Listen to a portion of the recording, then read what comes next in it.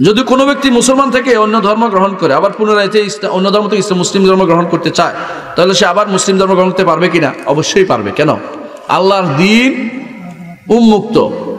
অনেক মানুষ আছে ভুল করছে, গুনাহ করছে, না জানি করছে, কেউ খ্রিস্টান হয়ে গেছে, কেউ মুখ হয়ে গেছে, কিন্তু আল্লাহ তাআলার দরজা উন্মুক্ত যতক্ষণ দুই সময় পর্যন্ত। একটা হচ্ছে মৃত্যুর আগ মুহূর্ত, যখন গড়গড়া বড় নিঃশ্বাস হয় তখন তওবা করলে হয় না।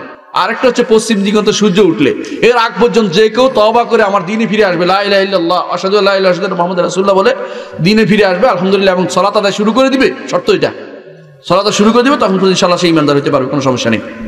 আসসালামু আলাইকুম। ওয়া আলাইকুম আসসালাম। মাকরুহ ও হারামের সংজ্ঞা বলুন ও পার্থক্য কি? মাকরুহ এবং হারামের সংজ্ঞা হচ্ছে, হারাম সরাসরি যা করলে শাস্তির কথা আসছে, সেই শাস্তি দুনিয়াতে হোক অথবা আখিরাতে হোক শাস্তির কথা আসছে, গুনাহ বড় গুনার কথা আসছে সেটা।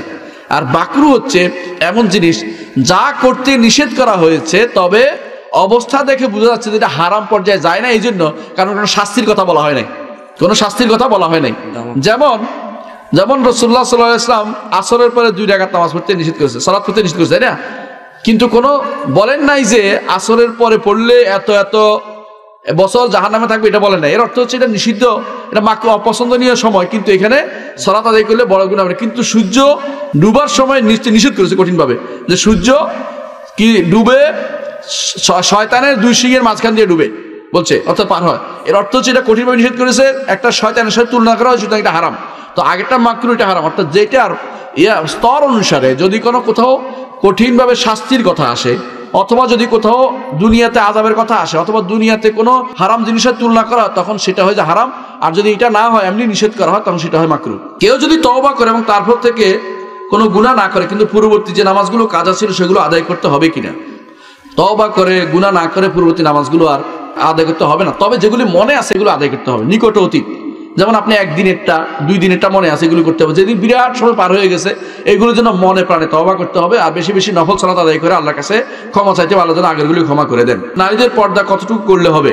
নারীদের পর্দার জন্য অবশ্যই তার সারা শরীর ঢাকা থাকতে হবে, মুখও ঢাকা থাকতে হবে, সারা শরীর এবং মুখও ঢাকা থাকতে হবে। এটা হচ্ছে বিশুদ্ধতম মত। বেদাতে হাসানা, যেমন নামাজের শেষে সম্মিলিত মুনাজাত করলে কোনো গুনাহ হবে কিনা? নামাজের শেষে সম্মিলিত মুনাজাত করলে এইটা বেদাতে হাসানা নয়, এইটা হচ্ছে বেদাত, এটাই বেদাত। বেদাতে হাসানা বলতে কিছু নাই, বেদাতে হাসানা হতেই পারে না। বেদাতে হাসানা আপনি প্রমাণ দেখান, আমি দেখাবো যে এটা বেদাত না। দেখেন বেদাতে হাসানা কি জিনিস? মাদ্রাসা প্রতিষ্ঠা করা, তাই না? একজন বলে মাদ্রাসা প্রতিষ্ঠা করা। রাসূলুল্লাহ সাল্লাল্লাহু আলাইহি ওয়াসাল্লাম মসজিদে মাদ্রাসা ছিল না? তো এটাই তো, আমরা তো এটাই করছি, শুধু জায়গা বেশ কমেছে, মসজিদ থেকে বাইরে আসছে, এটাই তো। এটা একটা বেদাত হইলো কি করে? এটা বেদাত হাসানা বলতে কিছু নাই। এই জন্য কোনো বেদাতে হাসানা বলতে কিছু নাই, হয় বেদাত হবে, নয় এটা সুন্নত হবে, মাঝখানে কোনো কিছু নাই, বাপার কিছু নাই। বেদাত এবং সুন্নাহর মাঝখানে কিছু নাই, একটা হবে, যে কোনো একটা, হয় রাসূলের অনুসরণ, নয় শয়তানের অনুসরণ, যদি একটা হবে।